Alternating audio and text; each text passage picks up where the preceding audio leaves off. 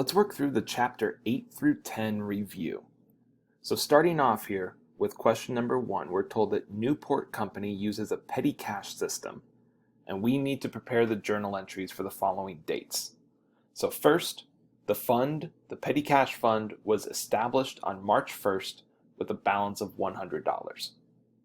Then, midway through March, on the 15th, there were $2 left remaining in the petty cash fund when the fund was replenished. And when they replenished the fund, they found receipts for stamp inventory, freight out, miscellaneous expenses, and travel expenses. So we need to prepare the journal entry there for the replenishment of our petty cash fund. And then on March 20th, we're going to increase the amount in the fund up to $175. So we have that information now over on the right side of the screen as we start preparing our journal entries. So the first one here on March 1st is the establishment of a petty cash fund. How we're going to do that is we will debit our petty cash and credit our cash. And the amount in this entry we take from our $100 that we're told that our fund was established for. Now, on March 15th, we replenished this fund and we found a bunch of different receipts in the petty cash box. The first step is to debit all of our expenses for those receipts, right? So we found $39 for stamp inventory. We're going to call that postage expense. $21 for freight out, $11 for miscellaneous expenses, and $24 for travel expenses. So we'll list all of those as our debits. Then we see that when we went to replenish this petty cash fund, there were $2 left in the petty cash box, right? So we need to put money back into it. So we'll credit our cash for $98. And we get that 98 by taking the 100 that was initially supposed to be in that petty cash box, and we subtract out the $2 that were remaining when we went to replenish it. So we have to put $98 back into petty cash here. Now, in a perfect world, your debits and credits will equal, and you can move on with your day. But if we add up our debits right now, they're going to add up to $95, which means we need to put an extra 3 over there on the debit side to make our debits and credits equal. So what happened here is that we were short $3. So we debit this account called cash over and short. So if you're short, it'll go on the debit side. If you have more money than what you should, it would go over on the credit side. So there's a few different reasons why you could be missing the $3, right? Someone might have forgotten to toss in the change after they went out and bought stamps. It could be something as simple as that. It could be people stealing money from the company, right? So your cash over and short just takes that into account.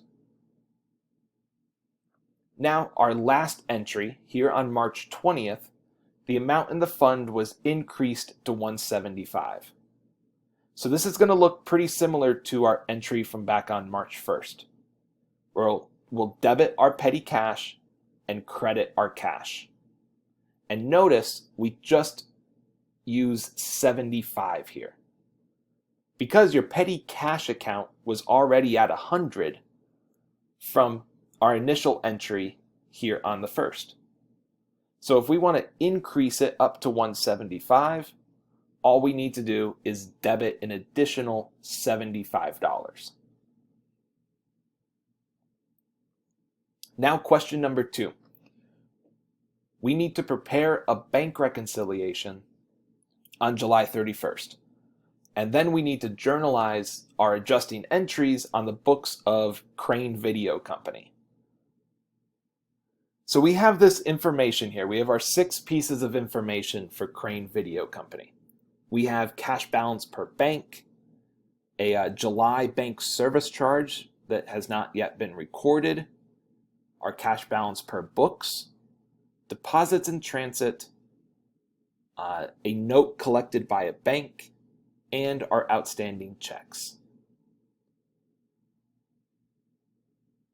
So if we first take a look at the per bank side of our bank reconciliation, what we need to be thinking about here is, what does the bank not know about? Those are the pieces that will be going on the bank side of our bank reconciliation. But first, we're going to start off with our cash balance per bank. So we were told that our cash balance per our bank statement on July 31st was $7,263. So we are done with that now. Then we can think about, okay, what would add to that balance? Well, on the per bank side, you're going to see stuff like deposits in transit and outstanding checks. So think of a deposit in transit as checks that you are on your way to deposit in the bank. Right? You are currently in transit to the bank. So the bank would not know about that yet because you haven't made it to the bank yet.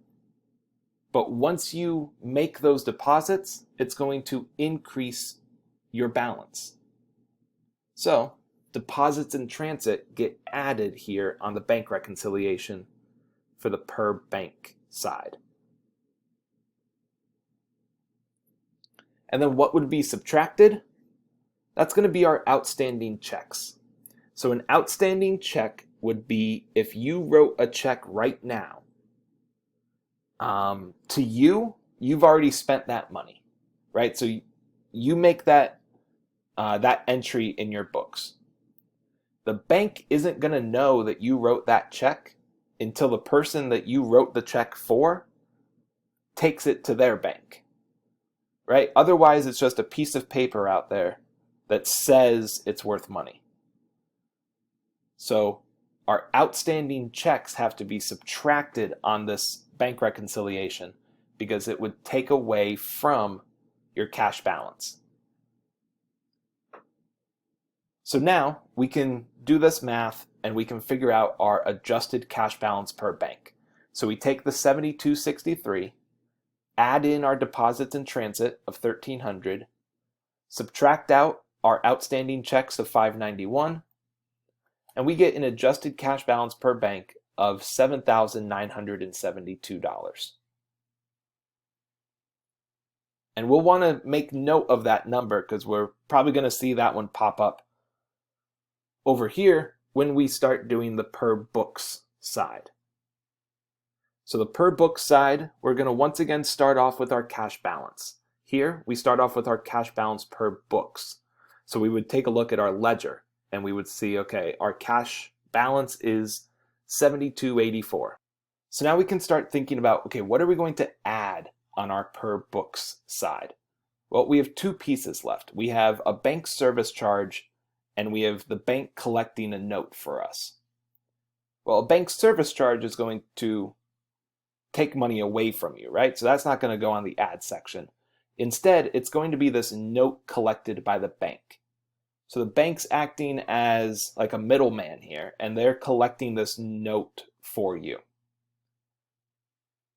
But you can see that we have 3 different amounts listed under Part E, right? We have bank collected a $700 note for Crane in July, plus interest of $36, less a fee of $20. So we need to do some math here to figure out what was the actual amount of money, of cash that we got here. So we take the face value of the note, add in the interest, subtract out the fee, and we see that it's $716. So that's what we'll put on our bank reconciliation. Now, what are we going to subtract? Well, we've already talked about this. It's this bank service charge. So You might know that there's going to be a bank service charge in July, but you might not know how much it is, or you might have just not recorded it yet. And so that's why it's going to show up here on our bank reconciliation. So we subtract out this $28 bank service charge, and then we'll be able to figure out our adjusted cash balance per books. So it's a similar process as what we did on the per bank side, right? We start off with our cash balance per books of $72.84, add in our note collected by the bank, subtract out our bank service charge, and we see that our adjusted cash balance per books is $79.72. So if we take a look at the two amounts that we found here, our adjusted cash balance per bank and our adjusted cash balance per books are the same amount. And that's why we're doing this bank reconciliation, because we want our books to match what our bank statement is showing. So that's only part of this problem, right? The other part were those adjusting entries that we had to make. So we have to make adjusting entries for any kind of adjustments that were on the per books side. So that was our note collected by the bank and the bank service fee. So we're going to first start with this note collected by the bank. So what we're going to do here is we're going to show that since this note was collected, that we need to decrease our notes receivable. So we decrease our notes receivable by crediting that account. And then we have some interest. So we've made interest on this note.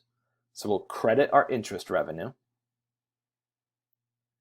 There's this fee. Whenever there's a bank fee or a fee associated with the bank, like in this case, the bank charging you a fee for acting as the middleman, that's going to be counted under miscellaneous expense. And then we need to include cash. Your bank reconciliation entries are going to be including cash because we were just dealing with cash balances, right? So every single one of these bank reconciliation entries will have cash in the entry. So now we just fill in our numbers. The note had a face value of $700. The interest revenue was $36. The miscellaneous expense, which is the fee of $20. And then we need to make our debits and credits equal. So we find that our cash is $716. That $716 is also the amount that we saw on our bank reconciliation itself. So that amount on your bank reconciliation will always match with your cash account in these journal entries.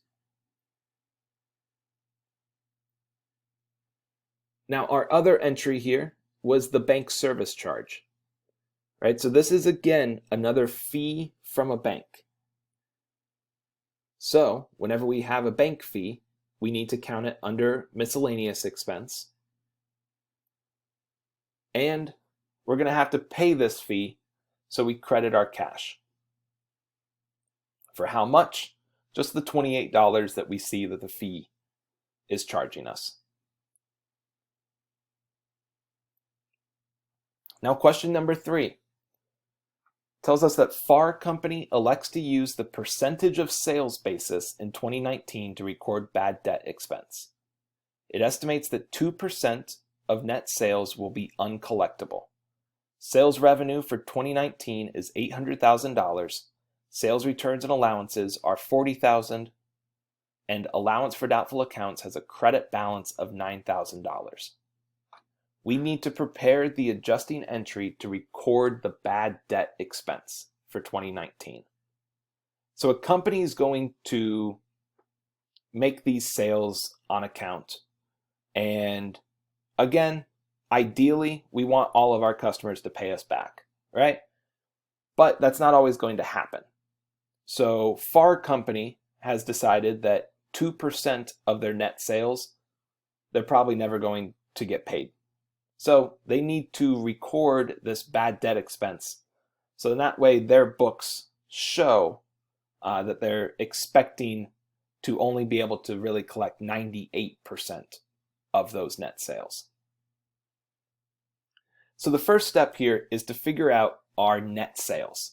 We were given some information, but none of it was our net sales. So your net sales will be your sales revenue minus your sales returns and allowances here. So we take our 800,000 minus our 40,000, and we see that our net sales comes out to be 760,000. So we're told that 2% of that will become uncollectible. So we need to figure out 2% of our net sales. So we take that 760 that we just calculated and we multiply it by 2% or by 0.02. And that comes out to be 15,200. So that's our 2% of net sales. Now we need to make this entry to record our bad debt expense, right? So how are we going to do that? Well, we'll debit our bad debt expense, and we're going to credit this account called allowance for doubtful accounts. So that's a contra asset that goes against your accounts receivable. Sort of like how accumulated depreciation goes against equipment or buildings. Allowance for doubtful accounts goes against your accounts receivable account. Now, when we're working with the percentage of sales basis, we don't worry about if our allowance for doubtful accounts has a credit balance, has a debit balance. It doesn't matter. So that $9,000 credit balance that we were given is extra information that we don't need to worry about. Instead, we'll just toss that 15,200 into our journal entry to record our bad debt expense.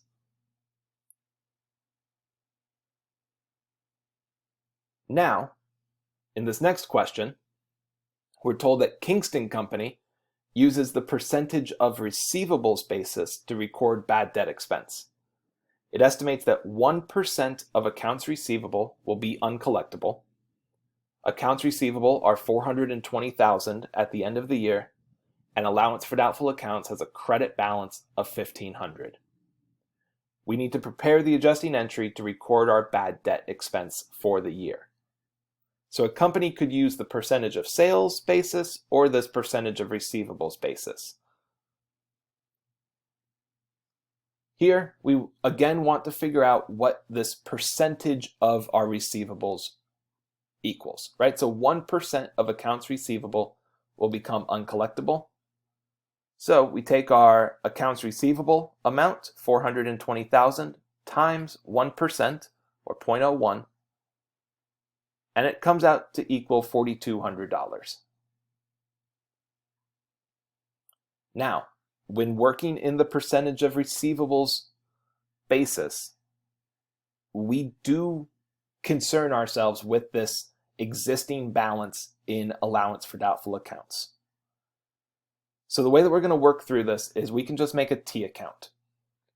So we make a T account for allowance for doubtful accounts, and we say, okay, it started off with a credit balance of 1,500. This 1% of accounts receivable that we found, that 4,200, that's what we want its ending balance to be after this entry that we're about to make. So we need to think about how do we get from 1,500 on the credit side to a credit ending balance of 4,200. Well, we need to credit something else, right? So we take 4,200 minus 1,500, and we see that we're going to need to credit an additional $2,700 to make this adjustment to your allowance for doubtful accounts. So the framework of your journal entry is the same as your percentage of sales basis, right? We debit our bad debt expense and we credit our allowance for doubtful accounts. Our number here is this 2,700. So how we figure out our numbers change. But your journal entries themselves, the accounts, will be a debit to bad debt expense and a credit to allowance for doubtful accounts. Now, just making a slight change to this problem, we still have the 1% of accounts receivable that will become uncollectible. Accounts receivable starts with the same $420,000 balance, but your allowance for doubtful accounts, instead of having that credit balance that we had in the last part, it now has a debit balance of $800. So how's that going to change things up here? Well, our 1% of accounts receivable is still $4,200, right? So we still would have to figure that part out before making this T account. But once we make this T account, we show that your allowance for doubtful accounts has a debit balance of $800. We want it to end with a balance of $4,200. And we want it to end with a credit balance because it's a contra asset, and contra assets have a normal credit balance. So what are we going to do here? To go from $800 on the debit side to $4,200 on the credit side, we need to credit our allowance for doubtful accounts. Now, when you started with a credit balance in allowance for doubtful accounts, we subtracted that from our $4,200, right? Well, when we start off with a debit balance, we're going to add them together. So we go $4,200 plus $800, meaning that we need to credit our allowance for doubtful accounts $5,000 here in this entry. Again, the accounts should look familiar by now, right? We debit our bad debt expense, credit our allowance for doubtful accounts, and we toss that $5,000 into the entry.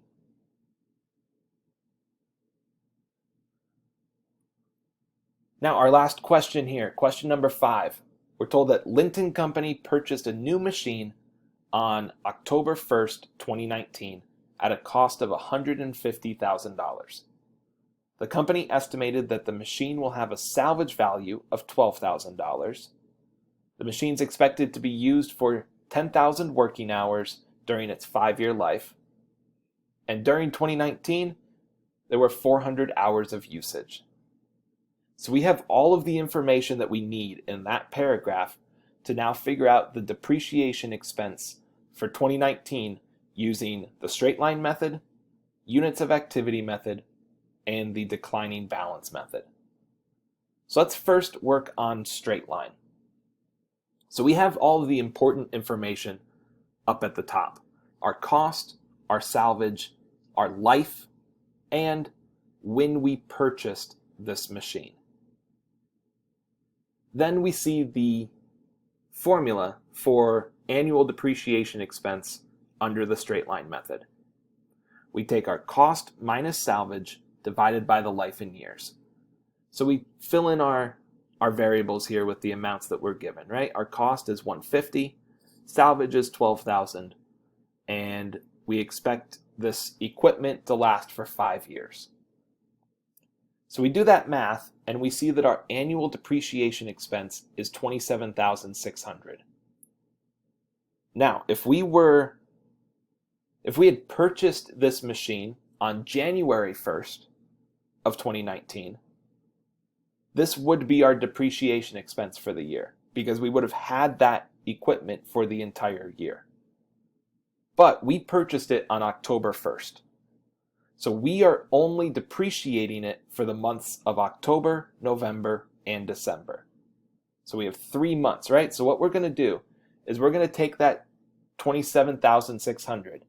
We're going to multiply it by 3 over 12 to represent our 3 months out of the year that we've had this machine.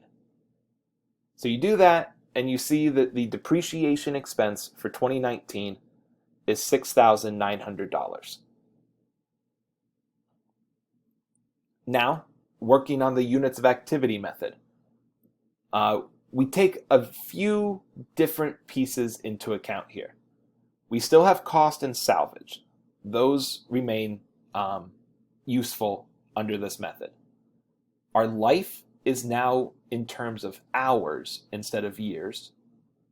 And then we concern ourselves with this usage, this actual usage for the machine. So we have our formula here for the depreciation expense. So we fill in the pieces that we're given. We see our cost was 150, salvage was still 12. Life in units, or life in hours in this case, was our 10,000 hours. Then we multiply it by the 400 hours of actual usage. So we find our depreciation expense will now be $1,380 times 400. That $1,380 is how much you're depreciating per hour of usage. So that's the 150 minus 12 over 10,000. Right? That piece tells you for every single hour that this machine is used, it's going to depreciate by $13.80. We multiply that by the 400 hours that we're using it, and we find our depreciation expense to be $5,520. Now, you'll notice under the units of activity method, we don't care about when we purchased this machine. We don't have to multiply this 5520 by 3 over 12 or anything like that. Because if you had it for the entire year, your actual usage would be higher, right? We would be multiplying 1380 times 1,000 hours, not just 400. So we don't worry about how many months we have had our equipment under the units of activity method. Now for declining balance. Once again, we care about our cost. Here under the declining balance method, our salvage value does not come into play in the calculations. Now where it does come in is we can't depreciate it past our salvage value, right? So we can't depreciate it under 12,000. But when we're actually calculating our annual depreciation expense, we don't care about our salvage value. We do care about our life, and we do care about when we purchased this equipment. So you'll notice that this formula says your book value times 2 over the life in years. So you might have seen in your textbook the phrase double the straight line rate. Well, your straight line rate is 1 over the number of life in years. So to double that, we just put 2 up in the numerator. Your book value is going to be your cost minus your accumulated depreciation.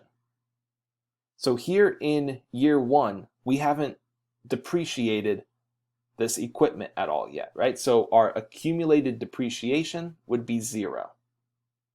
So we take our cost minus 0 times 2 over 5 because it's a 5-year life. And we see that for the full year, your depreciation expense would be $60,000. But we purchased this on October 1st. So we take 60,000 times 3 over 12, and we are only going to depreciate it by 15,000. Now, if we were to work on the next year's depreciation, to find our book value, we would take our cost, 150,000, subtract out this 15,000 that we've depreciated, and multiply it by 2 over 5. So that book value is going to decrease over the life of your asset.